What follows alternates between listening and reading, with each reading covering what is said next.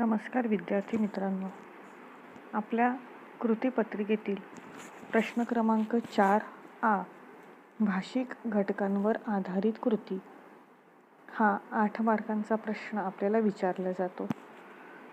त्याचं जे मुख्य हेडिंग असतं ते असतं शब्दसंपत्ती या नावाने. आता या शब्दसंपत्तीमध्ये आपल्याला वेगवेगळ्या प्रकारचे प्रश्न विचारले जातात.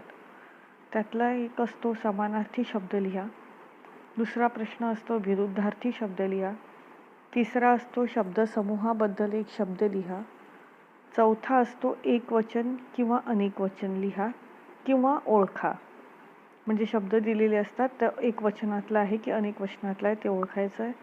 आणि त्याच्यानंतर 5वा प्रश्न असतो शब्दातील अक्षरापासून शब्द तयार करा.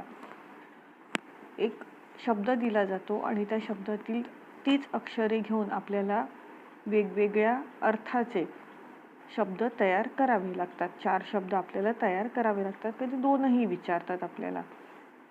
तर असा हा भाषिक घटकांवर आधारित आपल्याला प्रश्न असतो आणि शब्दसंपत्ती नावाने आपल्याला हा विचारला जातो. मग आता समानार्थी शब्द आपल्याला जेव्हा विचारले जातात तेव्हा ते विचारताना वेगवेगळ्या प्रकारे आपल्याला विचारतात. पहिला प्रकार म्हणजे दिलेल्या शब्दांचे समानार्थी शब्द लिहिणे असं विचारतात.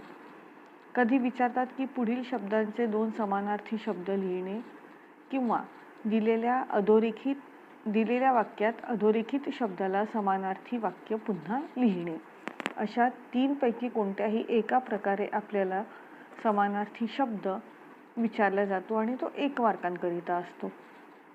मग आता आपल्याला प्रश्न जर आपण घेतला तर पुढील शब्दांचे समानार्थी शब्द लिहिणे 2 विचारतात आपल्याला आणि त्याच्यासाठी गुण 1 असतो. जसं आता इथे दिलेलं आहे, गगन, ललाट, कर, मित्र, त्यानंतर कलेवर, वज्रपाणी, पंकज, मीन, पर्वत, वर, भूपती, शिव. मग आता गगनाला काय म्हणतात? गगनाला आकाश, अंबर, नभ, खग आणि आभाळ असे अनेक समानार्थी शब्द आहेत. ललाट म्हणजे कपाळ, भाळ, मस्तक. त्यानंतर कर म्हणजे हात किंवा हस्त किंवा पाणी किंवा बाहू किंवा बहु. त्यानंतर चौथा शब्द आहे मित्र म्हणजे दोस्त, सखा, सवंगडी, सोबती, साथीदार. मित्र म्हणजे सूर्य सुद्धा होतो. सूर्य म्हणजे भास्कर, रवी, जसे सूर्याची जी 12 नावं आहेत ती. म्हणजे त्या 12 नावांपैकी कोणतंही एक जरी नाव आपण लिहिलं तरीही ते मित्र या शब्दाचा तो समानार्थी शब्द होतो. कलेवर म्हणजेच शरीर किंवा देह. वज्रपाणी, आता वज्रपाणी म्हणजे वज्र हे कोणाच्या हातात असते? तर इंद्राच्या हातात असते. मग इंद्र म्हणजे काय? इंद्र म्हणजे नागेश, देवेंद्र, पुरंदर आणि पुत्र. पंकज म्हणजेच कमळ म्हणजेच राजीव म्हणजेच अंबुज, सरोज किंवा पद्म. मीन म्हणजेच काय? तर मीन म्हणजे मासा, मीन म्हणजे मत्स्य, मीन म्हणजे एक प्रकारची रास सुद्धा असते. पर्वत म्हणजेच नभ म्हणजेच अभि म्हणजेच गिरी म्हणजेच आचल. वर म्हणजे एखादी वस्तू जर उंचावर असेल तर उंचावर. वर म्हणजेच नवरदेव किंवा वर म्हणजेच नवरा मुलगा. भूपती म्हणजे नृप म्हणजेच राजा म्हणजेच नरेश म्हणजेच भूपाल आणि पृथ्वीपती सुद्धा होते. शिव म्हणजे इथे मोठा म्हणजे दीर्घ शिव दिलेला आहे. तर शिव म्हणजे इथे हद्द किंवा मर्यादा. जर हाच शिव ह्रस्व असता तर शंकर किंवा महादेव असं आलं असतं त्याचं उत्तर. मग आता पुढील शब्दांचे 2 समानार्थी शब्द लिहिणे. यातले काही तुम्हाला सांगते, बाकीचे तुम्ही सोडून घ्यायचे आहेत. जसं वृक्ष म्हणजे झाड, वृक्ष म्हणजेच तरू. सूर्य म्हणजेच भास्कर, सूर्य म्हणजेच दोस्त, सूर्य म्हणजे रवी किंवा सूर्याची इतर नावं म्हणजेच ती सुद्धा आपण लिहू शकतो. 3 नंबर शक्ती म्हणजेच ताकद, शक्ती म्हणजेच बळ. पथ म्हणजेच मार्ग, पथ म्हणजे रस्ता किंवा वाट. त्यानंतर वदन, धरती म्हणजेच पृथ्वी, म्हणजेच वसुंधरा, वसुधा, अवनी, भूमी, धरित्री. वदन म्हणजे तोंड, वदन म्हणजे आनंद, मुख किंवा कुंड. मित्र म्हणजे स्नेही किंवा सखा किंवा सोबती किंवा सूर्य. सार, सार म्हणजे साय किंवा लोणी किंवा सत्वास किंवा एक अलंकार सुद्धा होतो आणि सार म्हणजेच तात्पर्य सुद्धा होतं. बंदीखाना म्हणजेच तुरुंग, बंदीशाळा किंवा कैदखाना. सारंग म्हणजेच हत्ती, सारंग म्हणजेच हरिण, कोकिळ, भ्रमर किंवा गायनातील एक प्रकारचा राग सुद्धा असतो. तर अशा प्रकारे आपल्याला समानार्थी शब्द विचारू शकतात. त्यानंतर तिसऱ्या प्रकारे आपल्याला असंही विचारतील की अधोरेखी शब्दाचा अर्थ न बदलता समानार्थी शब्द लिहा. आता मित्राच्या उदयाने कुणाला आनंद होणार नाही. आता इथे मित्र म्हणजेच सूर्य, मग सूर्योदयाने, सूर्याच्या उदयाने म्हणजे सूर्योदयाने तो माझा विश्वासू मित्र आहे. इथे मित्राचा अर्थ सखा किंवा सोबती. पहिल्या याच्यात सूर्य आणि दुसऱ्याच्या सखा किंवा सोबती.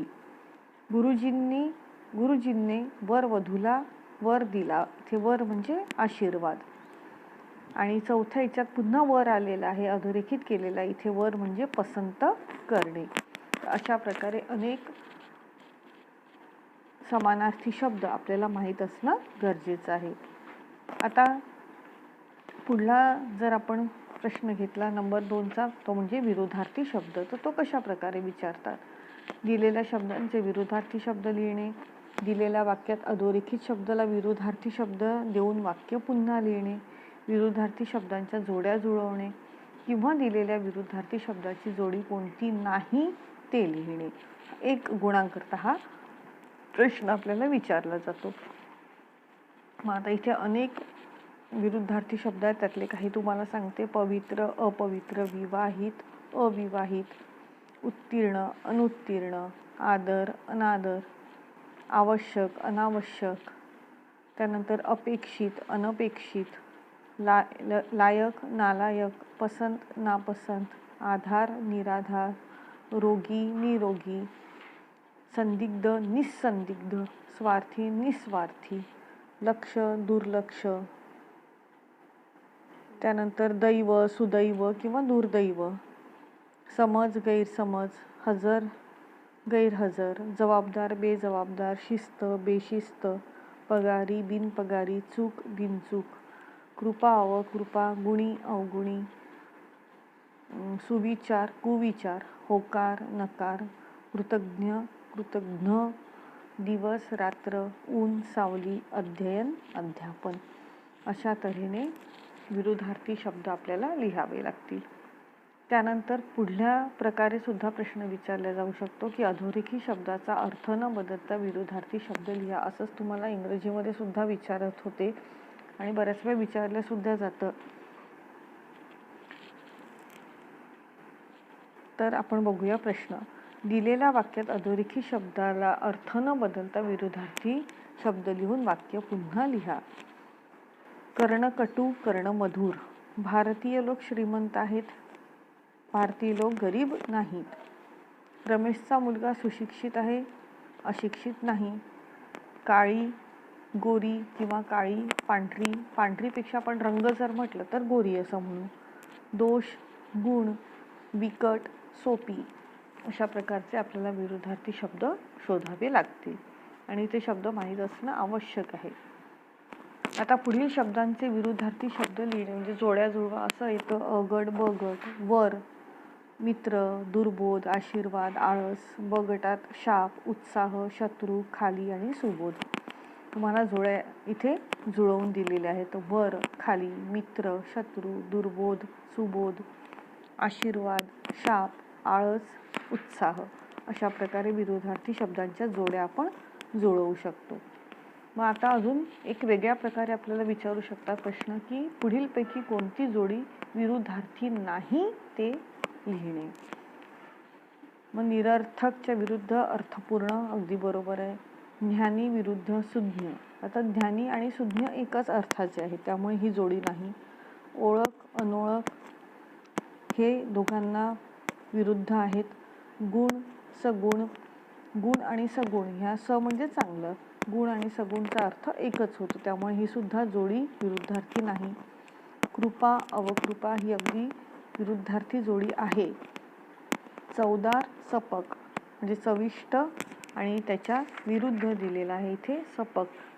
तर सपकच्या जागी जर बेचव असतं तर मग अगदी ती विरुद्धार्थी जोडी ठरली असती. पण अशा प्रकारे ह्या 6 पैकी 3 विरुद्धार्थी जे शब्द दिलेले आहेत ते त्या ज्या जोड्या आहेत त्या विरुद्धार्थी नाही आहेत. त्यानंतर आपल्याला अनेक प्रकारे शब्दसमूहाबद्दल एक शब्द वगैरे अर्थपूर्ण शब्द बनवणे अशा प्रकारचे अनेक प्रश्न वेगवेगळ्या तऱ्हेने विचारले जातात. ते आपण पुढील भागात बघूया.